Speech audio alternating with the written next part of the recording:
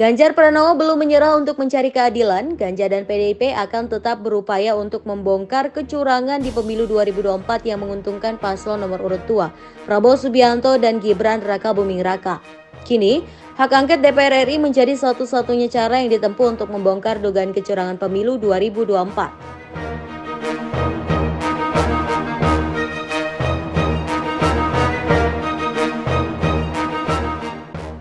Ex-Gubernur Jawa Tengah itu menyampaikan usulannya ketika rapat tim pemenangan nasional Ganjar Mahfud di Gedung HKN Jakarta Pusat pada Kamis 15 Februari 2024. Ketika itu Ganjar juga menunjukkan ribuan pesan yang masuk ke telepon selulernya berupa foto, dokumen, atau video atas berbagai dugaan kecurangan yang terjadi.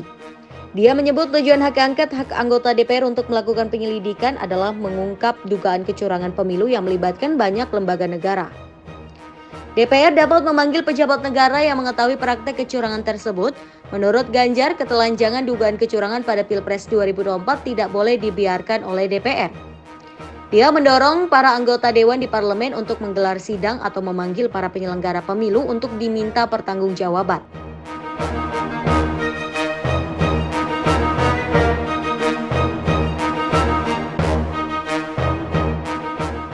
Namun, kubu Ganjar Mahfud tak bisa sendirian mengajukan hak angket.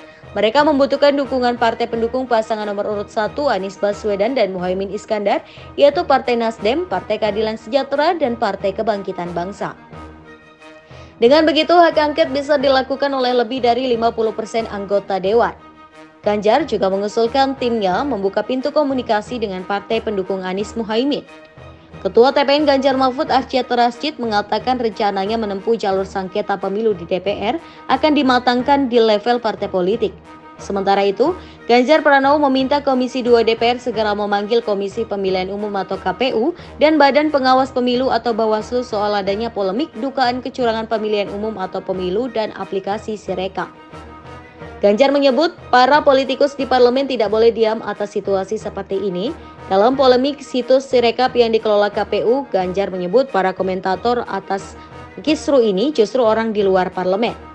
Menurut Ganjar, parlemen harus melakukan fungsi kontrol dalam persoalan ini. Selain itu, Ganjar juga merasa heran dengan sikap KPU yang hanya minta maaf ketika ada salah input data di aplikasi Sirekap. Bekas Gubernur Jawa Tengah itu menyebut sistem pemilu yang berjalan sekarang tidak baik dan membahayakan.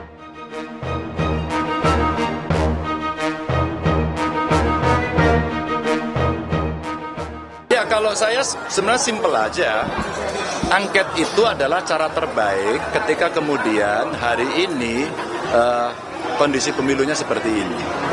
Kan ada cerita Sirekap, kan ada cerita server di Singapura. Sementara KPU mengatakan enggak kok di tempat kita, loh ini masih satu mengatakan IP-nya saja ada kok masih dibantah. Terus kemudian yang kedua, bagaimana cerita yang ada di lapangan, bagaimana aparatur dan sebagainya. Kan yang paling bagus untuk bisa mengklarifikasi semuanya ini, ya sudah, penggunaan hak pengawasan dan konstitusi dari DPR untuk kemudian membuat penyelidikan itu paling bagus, paling fair. Jadi nggak perlu takut, ini biasa saja kok, dan pernah terjadi dalam sejarah Indonesia gitu. Dengan cara itu nanti ada data, ada fakta, ada saksi, ada bukti, ada ahli, yang semuanya bisa dibuka dan publik bisa melihat. Nanti coba siapa yang benar. Jadi angket menurut saya cara yang paling pas.